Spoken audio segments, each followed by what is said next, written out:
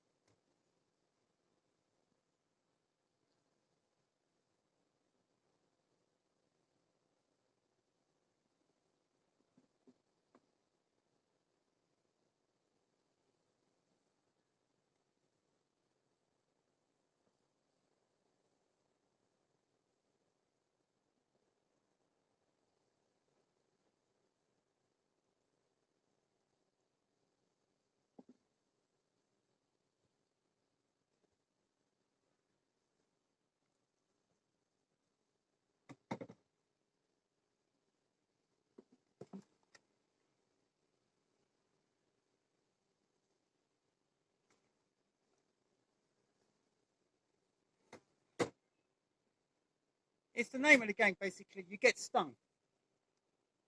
And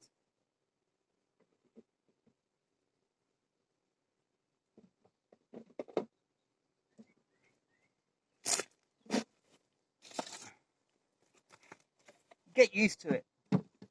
That one was on the tip of my finger, and I'm a guitarist. So I've got other concerns. But saying that, even my swollen fingers can still play guitar.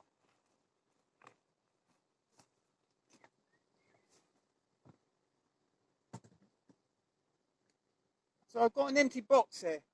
Let's just recap.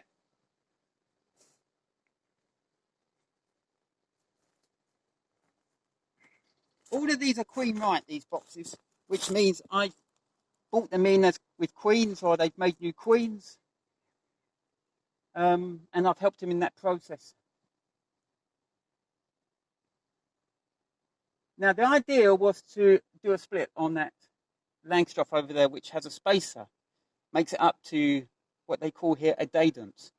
It's a deeper frame. And I was going to do a split into that green transporter box. They were aggressive, but that's not the reason why I stopped.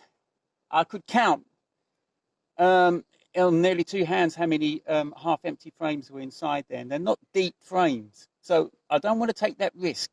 Sometimes you can have a deep frame and think to yourself, yeah, that's a lot of resources for a small colony to get going with. But when they're Langstroth size, which is manageable for early and new beekeepers to get used to the weight of a frame and to be able to handle a frame without dropping it in your hands and touch rock, I still haven't dropped a frame. It's just too much of a risk. So I've gifted them 2 frames of drawn out comb, and that means that's laying space for the queen. She can go in there. She's laying. I didn't see the queen, but there's capped brood there, and there's new brood in there, uncapped, and there probably would have been some eggs that had gone through the whole box. So she's laying, and I've given her space now to really expand on that colony. And we'll see how it goes. But included in that drawn out comb were some resources. So instead of giving them sugar syrup, they've got natural honey resources and pollen, which is probably the best thing you can give any bee.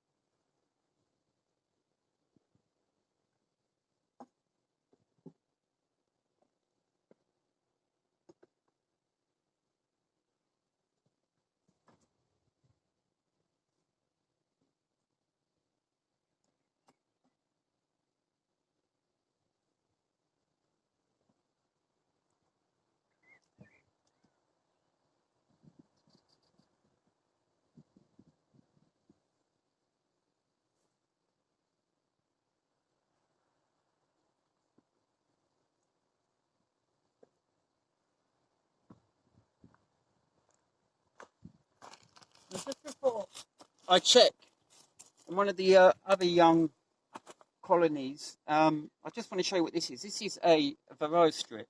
It has a chemical compound on it. The bees walk all over it, or the young brood walk all over it, and that breaks the cycle. It prevents the Varroa from expanding. So you place this basically in the brood area. Now these only last for about 2 months, so I've taken this one out. I should just learn to throw them away. It was one thing I never done in previous years. I kept them all in there, and some of them must have been over 2 years old. And I thought to myself, well, if they're not working anymore after 2 months, it may actually be creating a problem that I'm trying to solve.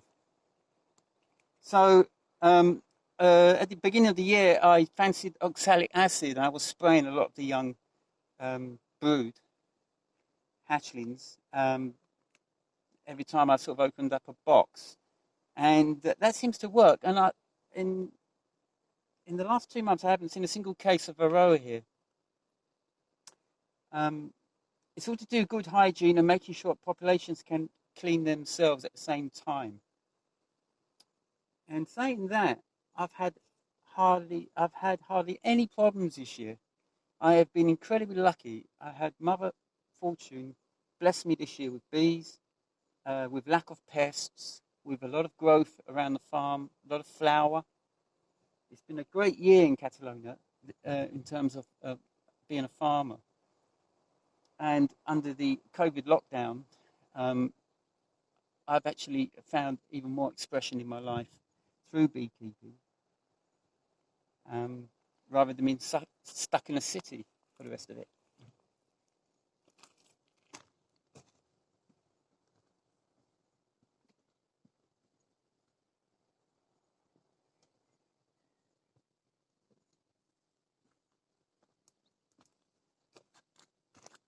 So let me sign off.